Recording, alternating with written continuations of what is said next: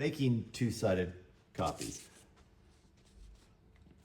These Konica Minolta, the control panels can be customized to how anybody wants. I like this basic screen where I have my color options and I have the size paper I want, and then I have one-sided to two-sided here.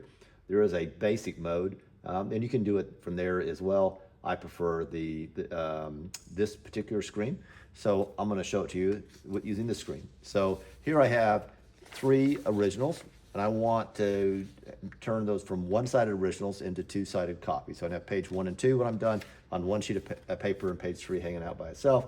So I'm going to enlarge this a little bit so you have a little better feel for what I'm doing on the control panel here.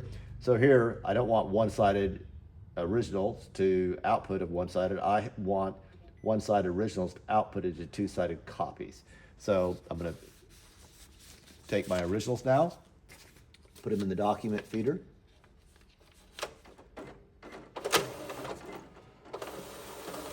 And it's going to feed the 3 originals in.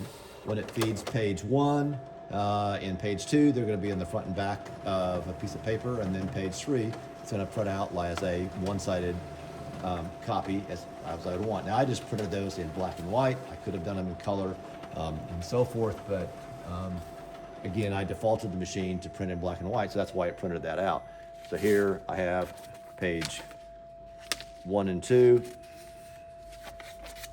on as a two-sided, and then page 3 hanging out by itself. So I could have done any kind of combination. I could have done two-sided to one-sided, two-sided to two-sided, and so forth. So that's how you make two-sided copies.